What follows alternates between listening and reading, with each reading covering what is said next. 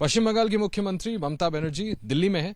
कयास ये थे कि उनकी मुलाकात सोनिया गांधी से भी हो सकती है, लेकिन अब पता चल रहा है कि कीर्ति आजाद तृणमूल कांग्रेस ज्वाइन कर सकते हैं, कांग्रेस का दामन छोड़ करके। अशोक तंवर की चर्चा है कि वो भी तृणमूल कांग्रेस में जा सकते हैं। इससे पहले हमने सुष्मिता देव, नफीसा अली और तमाम नेताओं को ज्वाइन करते हुए देखा। हमारे साथ अधीर रंजन चौधरी हैं इस पर खासतौर पर बात करने के लिए। दादा, ममता बनर्जी दिल्ली में, हमें लग रहा था मिसेस गांधी से मिलेंगे, लेकिन यहाँ तो कोई और ही खेला हो रहा है। ममता बनर्जी दिल्ली आए हैं सियासी व्यापार करने के लिए, हम सब जानते हैं। सारे बंगाल लूट कर बंगाल से बोरे बोरे बोरिया भर कर पैसा लाए हैं खरीदने के लिए, खरीद फरोख्त हो रहे हैं।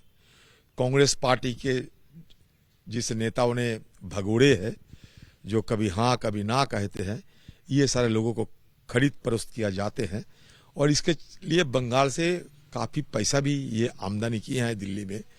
और ये ममता बनर्जी और हमारे मोदी जी दोनों की अंदर एक नापाक गठजोड़ हो चुके हैं। मोदी जी की रवैया है कांग्रेस मुक्त भारत, साथ दे रहे हैं बंगाल के मुख्यमंत्री ममता बनर्जी कांग्रेस मुक्त भारत।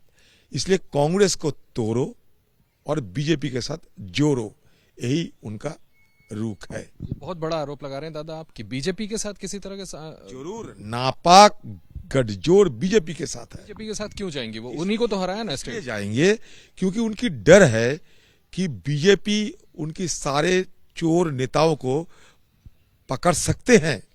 सीबीआई, ईडी बंगाल में अगर ठीक ठाक तफ्तीश करे तो बंगाल में ममता बनर्जी के आजू बाजू में जो नेता लोग है ना, सबको हिरासत में लेना पड़ेगा। अगर बीजेपी की इस तरीके की खुली छूट सीबीआई और ईडी को दिया जाए कि वो आजादी के साथ अपने आजादी को बरकरार रखते हुए सारे तफ्तीश करे बंगाल की ये लुटेरा को खिलाफ, कोयला माफिया से लेकर गाय माफिया से लेकर सारे बंगाल को लूटा जा रहे हैं जिस पार्टी के बदौलत, उन पार्टी के नेताओं के खिलाफ अगर सीबीआई और ईडी के खुली छूट दिया जाते हैं तो कोई बाहर नहीं रहने वाला, सबको हिरासत में आना पड़ेगा। आपका आरोप है कि बचने का राह एक ही है, मोदी जी को खुश करना। और मोदी जी को खुश करने के लिए क्या करना पड़ेगा? कांग्रेस को तोड़ना पड़ेगा। बिना कांग्रेस तोड़े हुए मोदी जी को क्या रिश्वत देगी? इसीलिए कांग्रेस को तोड़ो और बीजेपी के साथ गठबंधन जोड़ो। एक चीज और हम देख रहे हैं कि कल भी जब तृणमूल कांग्रेस के नेताओं का प्रोटेस्ट चल रहा था और इससे पहले भी तृणमूल कांग्रेस की तरफ से इस तरह के बयान आए, खेला होबे Mamata Banerjee for prime minister. आपको लगता है कि उनका एक नेशनल या प्राइम मिनिस्ट्रियल एम्बिशन भी? देखिए, कोई भी राजनीतिक नेता कोई भी सपना देख सकते हैं, इसमें हमें कोई लेना देना नहीं है।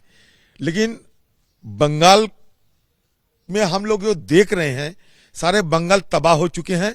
मुझे ये नहीं लगता से हिंदुस्तान का तबाह करने के लिए कोई किसी को मदद करने जाएंगे। एक चीज देखिए, हमारे किसानों ने 11 महीना तक संघर्ष कर रहे हैं। 700 से ज्यादा किसानों की मौत हो चुके हैं, शहादत हो चुके हैं। कभी मोदी जी, शाह जी ये उन लोग को दरखास्त नहीं किया था कि आप मोदी जी से मिलो, हमसे मिलो और सब सारे सुलझाने की कोशिश करें। और ये टीएमसी वाले आए, बैठे और तुरंत अमित शाह ने अपने घर बुला लिया। इसमें क्या दर्शाता है? इसमें तो ये दर्शाता जरूर है कि मोदी जी चाहते हैं कि ममता जी को कुछ नेशनल फोकस मिले। और आपको जो देखना पड़ेगा, देखने का चीज ये है कि तोड़ता है किसको? कांग्रेस पार्टी को।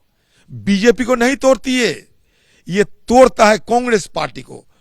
पैसा की लालच देकर, बोरिया भरकर पैसा लाए हैं बंगाल लूट कर, ये पैसा से यहां खरीद फरोख्त करना शुरू कर दिए हैं। और साथ में एक उनको और एक लुभावन के लिए और एक चीज रखा है, और राज्यसभा के मेंबर।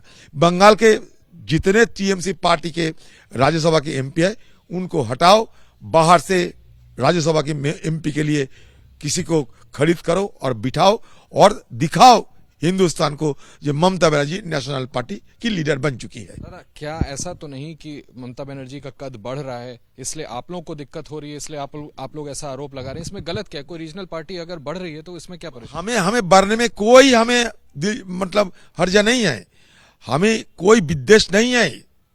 लेकिन जिस ममता बनर्जी 20 अगस्त मैडम सोनिया जी के साथ मीटिंग की, सारे विपक्ष दलों ने मीटिंग के दौरान ये फैसला हुई थी कि हम एक साथ मिलकर मोदी के खिलाफ लड़ेंगे और मोदी को हटाएंगे सत्ता से, वो ममता बनर्जी कुछ दिनों में जब उनकी भतीजे को ईडी की दफ्तर में बुलाए गए थे, बुलाने के तुरंत बाद मतलब दफ्तर से निकलते ही वो भतीजे ने कांग्रेस पार्टी के खिलाफ गाली गलौज शुरू कर दिए हैं और दूसरे दिन से ममता बनर्जी भी कांग्रेस के खिलाफ अपना जितने सारे साजिश करना चाहिए वो शुरू कर दिए हैं।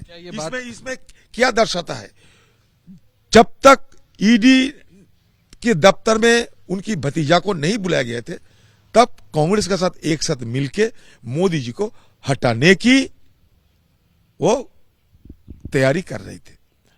लेकिन जिस दिन वो ईडी के दफ्तर में गए उनकी भतीजे, तुरंत बाद कांग्रेस के खिलाफत शुरू कर दिए हैं। क्या ये बात आपके नेतृत्व को समझ में आ रही है? क्या ये बात party leadership Mrs Gandhi, Rahul Gandhi, Priyanka Gandhi देख रहे हैं? कोई तो छुपा नहीं है कोई चीज। क्या कोई चीज छुपा रहे हैं? ममता बनर्जी क्या कह रही है सबको पता है, हमें जब पता है सबको पता है। बहुत शुक्रिया हमसे बात करने के लिए।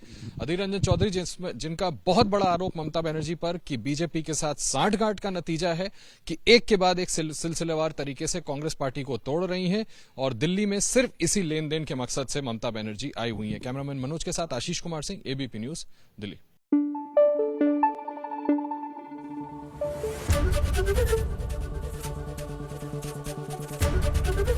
एबीपी न्यूज आपको रखे आगे।